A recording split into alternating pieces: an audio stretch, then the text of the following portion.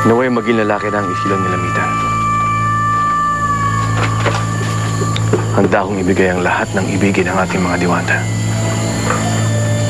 Kung maging lalaki na ang anak ko. Dato! Dato! Ang buwan kinakain ni Pakalawa!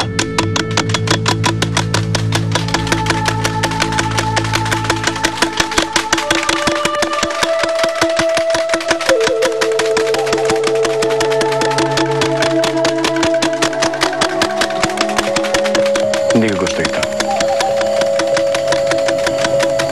Hindi maganda palatandaan ito.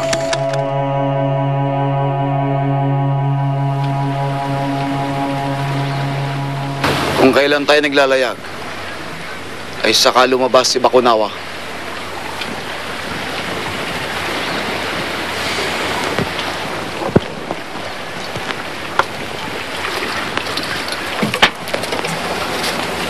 Raka, hindi magandang babala. Kaya kinakailangan nating tumigil sa paglalakbay.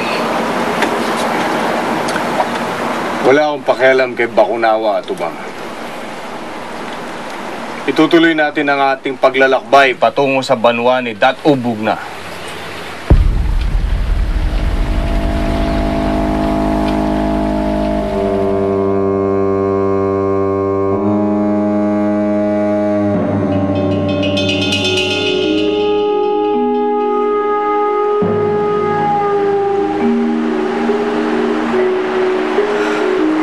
Kailan pa wala ang iyong ama sa kapalumitaw si Bakunawa?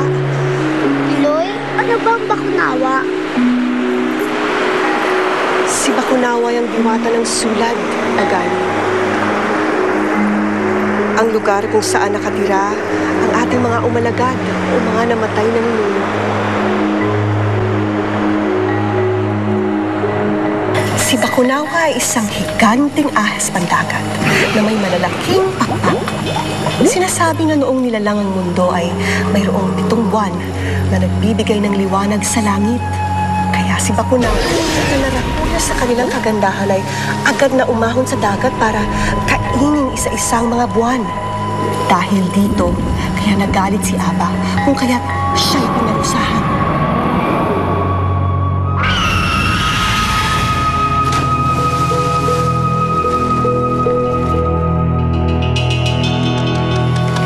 Noon, naging isa na lamang ang nakikitang buwan sa kalangitan.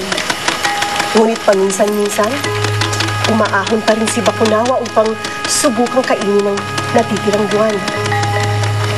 Kaya tayo nag-iingay para itaboy siya. Loy, di ba katulad ni Baba si Bakunawa? Bakit mo nasabi yan tungkol sa iyong Papa, Pagan? Dahil nais ni Baba kunin yung sanggol na walang malay. Tulad ng nais ni Bakunawa sa buwan.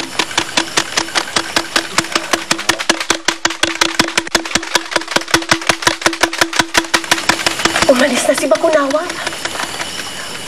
Bumalik na ang liwanag ng buwan.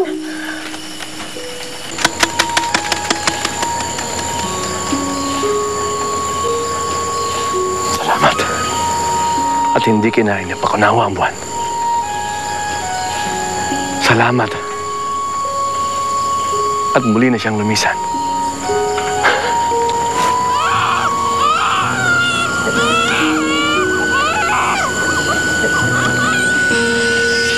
Kuya Ubugna, nagsilang na si Amitan.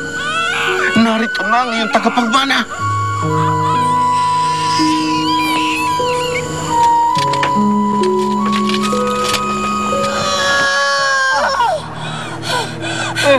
Malapit na.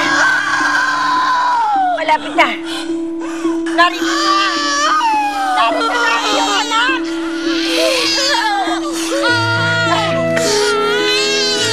Buwega, ano ang kanyang kasarian? Babae.